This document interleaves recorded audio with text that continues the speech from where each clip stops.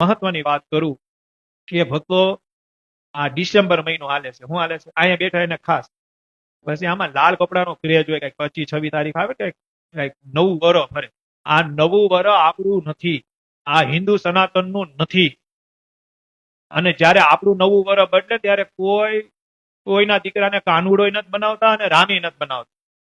અને આ જે નવું વરસ બદલે ને એમાં આપણે આપણા દીકરાને લાલ કપડા પહેરાવીએ છીએ. શું પહેરાવીએ છીએ?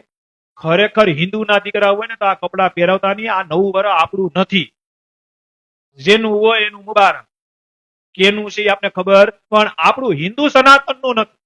એટલે મહેરબાની કરી આયા બેટા ઓનલાઈન આપણે પોતાના દીકરાના 25 તારીખે 26 તારીખે 31 ડિસેમ્બરે ને લાલ કપડા પહેરાવવા, ફલાણા કપડા પહેરાવે એવું ન કરતા. કારણ કે આપણો તહેવાર આવે ને ત્યારે ઈ લોકો, આ વિદેશના લોકો કોઈ દી કાનુડો નથી બનતા, એના દીકરાઓને રામ નથી બનાવતા, ચાંદલો નથી કરતા, કંકુ નથી પહેરાવતા, આ કંકુનો ચાંદલો નથી કરી દેતા.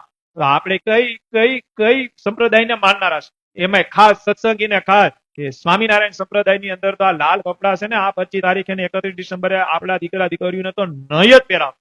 કારણ કે આપણે એની અરે કઈ લેવા દેવા હોતું નથી. એટલે ખાસ ઈ નોંધ લેજો.